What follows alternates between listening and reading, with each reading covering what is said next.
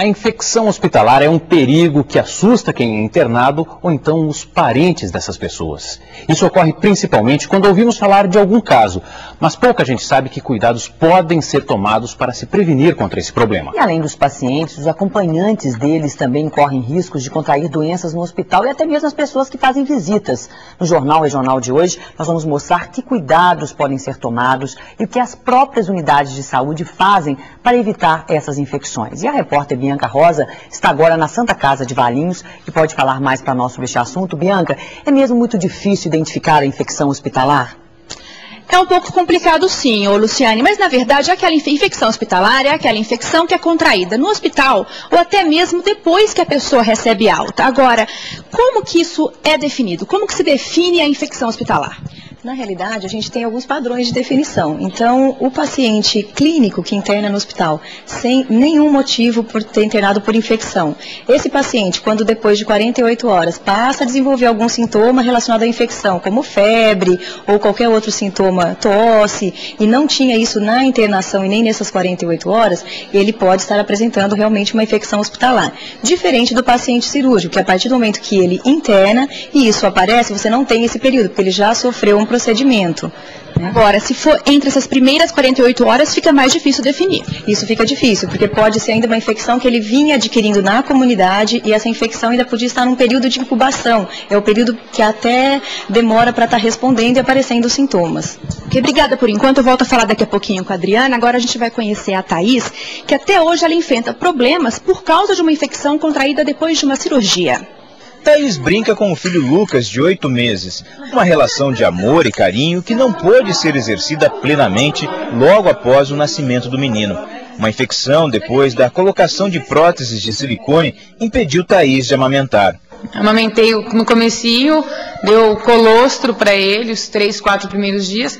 Depois eu não tinha vazão do leite, até tive leite, mas ele não tinha paciência de sugar meu peito porque tinha muito pouco ducto para sair esse leite. Quando tinha apenas 22 anos, a jornalista fez a cirurgia, que deveria deixá-la mais bonita. Eu queria apenas levantar as 2 mamas, tudo, e o médico sugeriu, por que você não coloca uma prótese? Eu falei, não, legal. Vamos pôr a prótese porque vai ficar bom, né? Realmente ficou lindo, mas não imaginava que fosse ter toda essa complicação que teve. Thaís foi uma das 40 mulheres que entre os anos de 2013 e 2004 implantaram próteses mamárias e acabaram sendo contaminadas por bactérias. Por ter sido uma das primeiras a desenvolver a infecção, os médicos não imaginavam que a causa estava relacionada ao material utilizado na cirurgia. Por isso insistiram na colocação dos implantes. E foram 6, 7 meses de vai e volta de cirurgia, vem de cirurgia, vai de cirurgia, numa indefinição que a gente não sabia, né? Porque se eu não batesse o pé e falasse, não quero mais, provavelmente estaria até hoje colocando prótese, tirando prótese, colocando prótese. Porque foi levando, né? Foi levando até ver se dava certo, mas não deu. Foram 16 cirurgias. No final, as próteses foram removidas e ela teve que passar por uma reconstrução da mama direita.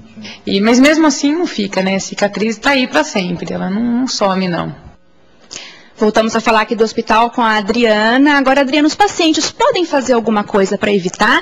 Ou é uma coisa que depende mais do hospital e de treinamento dos funcionários? Na realidade, um paciente que vai internar para uma cirurgia eletiva, o médico de consultório faz algumas orientações para que possa diminuir, como perda de peso, diminuir tabagismo, entre outras. Mas, quando o paciente interna no hospital, sem ser esses pacientes eletivos, depende muito mais da unidade, né? Depende do serviço, dos funcionários, do treinamento desses funcionários. Então, assim, a Comissão de Controle de Infecção Hospitalar, juntamente com a educação continuada, trabalha focando assuntos principais para a prevenção do desenvolvimento de infecção, né? Sendo eles as medidas de lavagem de mãos, isolamentos, trabalho com o serviço de higiene, com a hotelaria, com a farmácia, a nutrição, entre outros. Ok, daqui a pouquinho a gente volta a falar, porque esse treinamento dos funcionários ele deve ser constante. E o repórter Rui Gonçalves, ele foi conhecer um grupo de técnicos de enfermagem que estão passando justamente por esse tipo de treinamento. Vamos ver um pouco dos procedimentos que eles aprendem contra essas infecções.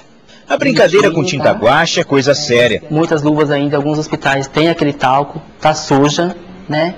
Aí tem profissional que tira, limpa na roupa mesmo e vai partir para o procedimento. Não, tirou a luva, tem que lavar as mãos também, tá? Então, por isso que nós estamos simulando o guache, para fixar bem onde tem a sujidade, onde vocês vão estar lavando mesmo. No laboratório do curso, os futuros profissionais de saúde treinam com um boneco procedimentos que devem ser adotados no dia a dia. Para fazer uma simples punção, procedimento para a colocação de soro, Eliseu está devidamente protegido. O básico é luva, avental para proteção e o óculos de proteção. E máscara também em alguns procedimentos. A proteção não serve apenas para o profissional de saúde.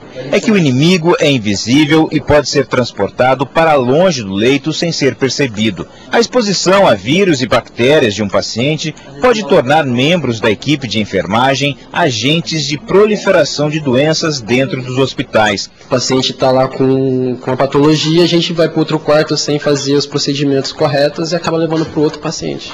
O assunto é tão sério que no ano passado foi publicada a norma regulamentadora 32. São mais de 200 regras que vão servir ao combate a infecções hospitalares. 32 delas devem ser colocadas integralmente em prática até o fim desse ano. Algumas são bem simples, como a descrita no item 8, a obrigatoriedade da higienização das roupas de trabalho dentro da própria unidade de saúde. Uma proibição a um fato comum que ocorre constantemente, que é o funcionário levar aventais para lavar em casa, o que aumenta o risco de contágio de doenças. O que precisa é muita disciplina, porque nós temos assim, o que diminui a infecção hospitalar em índices altíssimos é a questão da lavagem das mãos.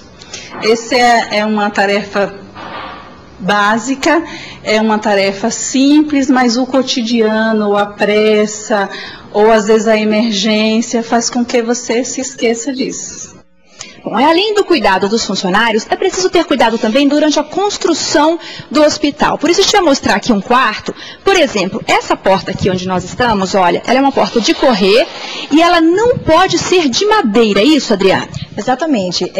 O hospital, ele segue algumas normas, né? Então, a gente segue a resolução ANR e você tem alguns materiais que você pode usar em hospital e outros que não. Por que a madeira não pode de jeito nenhum? Em hospital, você não pode usar material poroso, né? É o exemplo da porta de madeira. Então, a porta de madeira ela é porosa, ela acumula micro-organismo, você não consegue fazer a limpeza desse material. Então, por isso a gente usa portas de acrílico, de alumínio, você utiliza pisos onde também não sejam porosos, né? No caso, você pode estar usando granito, entre outros pisos, né? Você vem para as paredes, né? Você tem a tinta. A tinta, ela tem que ser uma tinta lavável, de fácil higienização, porque quando você faz uma limpeza em qualquer ambiente hospitalar, essa limpeza vai do teto até o chão, né? Para garantir toda a prevenção, porque isso faz parte de uma das maneiras da prevenção de infecção. É uma delas, né? Mas faz parte também. Os materiais também são esterilizados. Os materiais, na realidade, para procedimentos. Tem materiais que passam por desinfecção, outros esterilização. Mas aí você pode ver, por exemplo, os quartos, né? Eles devem ter pia, com torneiras que sejam acionadas, que você não precise estar girando com a mão, porque você vai, ao partir do momento que você aperta a mão, você lava a mão e não precisa fechar e contaminar a sua mão de novo, né? Você pode perceber que você tem materiais de poltronas, todos têm que ser materiais de fácil higienização, materiais laváveis.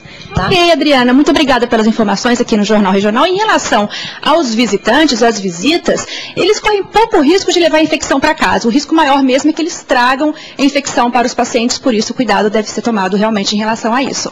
Bianca Rosa, de Valinhos. De fato, Bianca, obrigada. E a Bianca acabou de falar sobre isso, e é importante mesmo que as pessoas também fiquem atentas, já que o risco é menor, mas ele também existe, de procurar sempre, e uma pessoa, não várias pessoas, fazerem visitas nos hospitais.